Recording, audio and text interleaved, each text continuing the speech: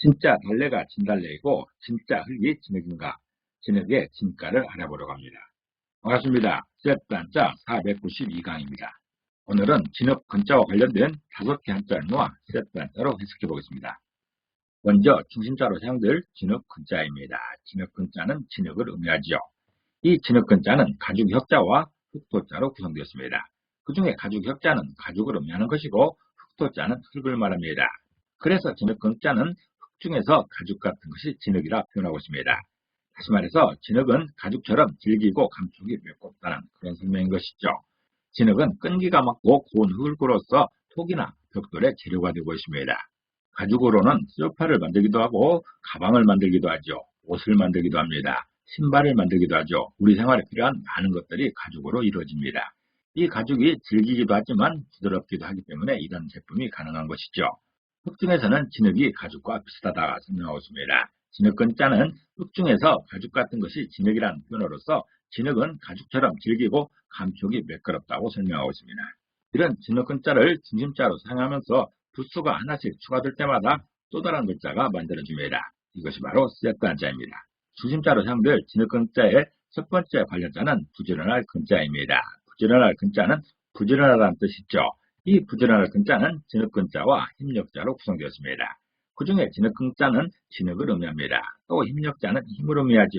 그래서 부지런할 근자는 진흙에서 힘써서 일하는 모습이 부지런한 것으로 표현하고 있습니다.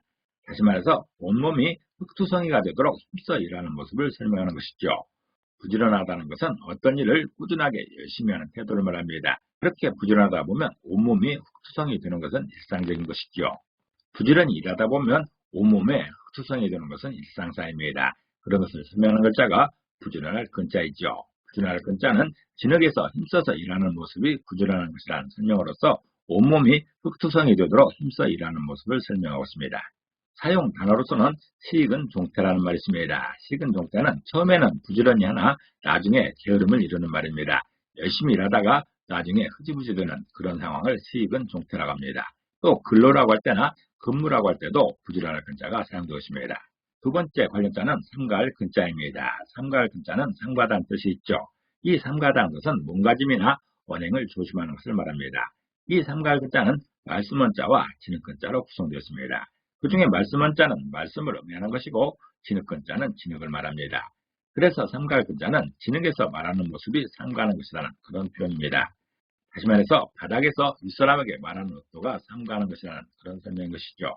이번에 진흙은 진흙을 말한다기보다도 바닥을 말한다 할 것입니다. 그야말로 진흙바닥에서 할 수도 있는 것이고 땅바닥을 진흙근자로 표현하는 것이죠. 아무리 억울하고 화가 나더라도 땅바닥에서 윗사람에게 말을 할 때는 공손해야 됩니다.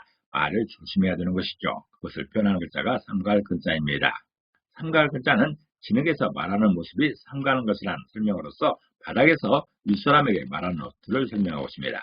사용 단어로서는 근하신년이 있죠. 흔히 쓰는 새 인사말입니다. 삼가 새해를 축하한다는 새 인사말인 것이죠. 또 근조라는 말이 있습니다. 장례식장에서 흔히 들을 수 있는 그런 말입니다. 근신한다는 말도 있죠. 이럴 때 삼가할 근자가 사용되고 있습니다. 진흙근자가 사용된 세 번째 관련자는 겨우 근자입니다. 겨우 근자는 겨우라는 뜻이 있죠. 이 겨우라는 것은 어렵게 힘들어하는 것을 겨우랍니다. 겨우 근자는 사람 인변에 진흙근자로 구성되었습니다. 그 중에 사람 인변은 사람을 의미하는 것이고 진흙근자는 진흙을 의미합니다.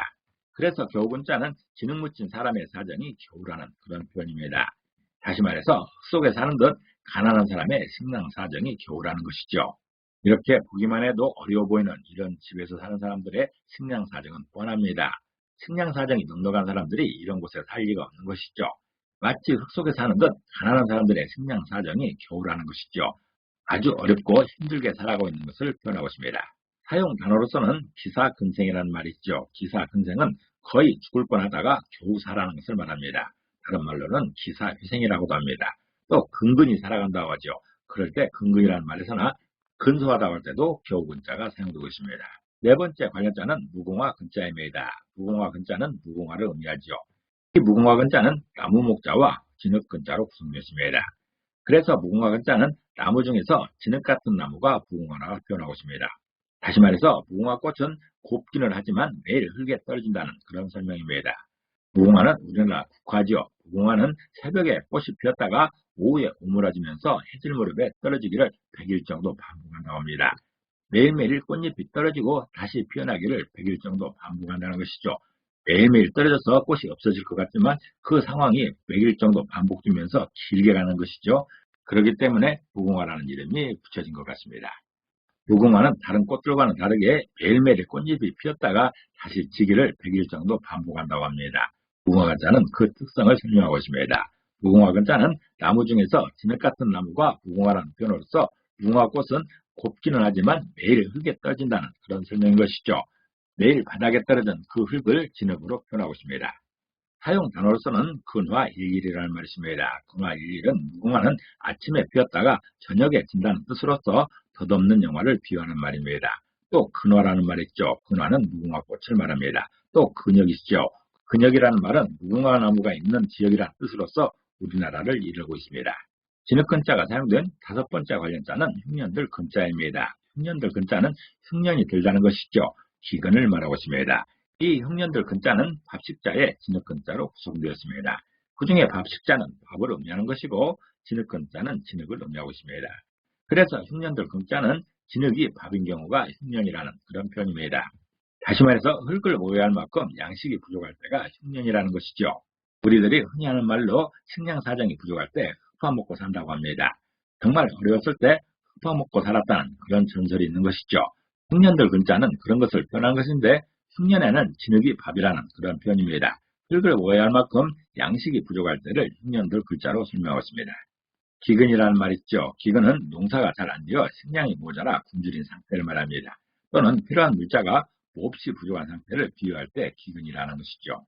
오늘은 진흙 근자와 관련된 5개 한자를 모아 세트 한자로 해석해봤습니다. 오늘 배운 것을 다시 한번 요약하겠습니다.